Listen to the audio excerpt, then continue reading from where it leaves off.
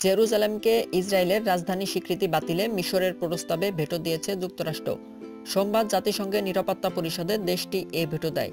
এর ফলে সদস্য ১৪ দেশের প্রস্তাব ভেস্তে যায়।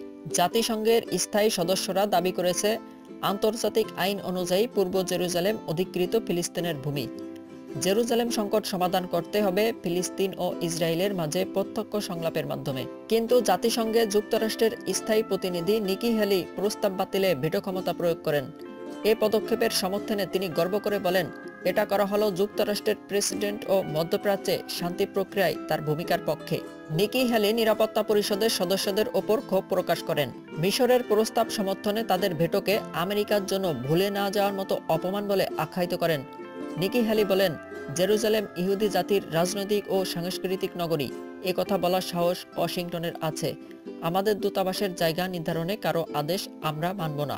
তিনি দৃঢ় ভাষায় বলেন, যুক্তরাষ্ট্র শান্তি প্রক্রিয়া থেকে সরে আসবে না।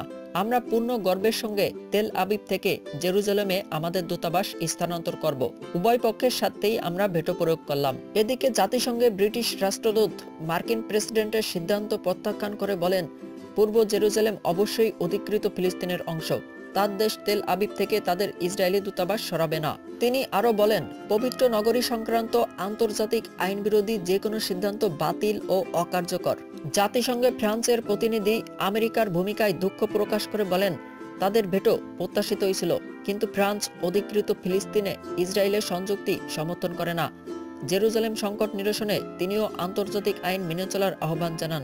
এদিকে আমেরিকার ভেটো প্রয়োগের প্রতিক্রিয়ায় ফিলিস্তিনি পররাষ্ট্রমন্ত্রী রিয়াজ মালিকি জানিয়েছেন, তারা এর প্রতিকারে সাধারণ পরিষদে যাবেন। নিউজটি ভালো লাগলে আমাদের চ্যানেলটি সাবস্ক্রাইব করতে ভুলবেন না।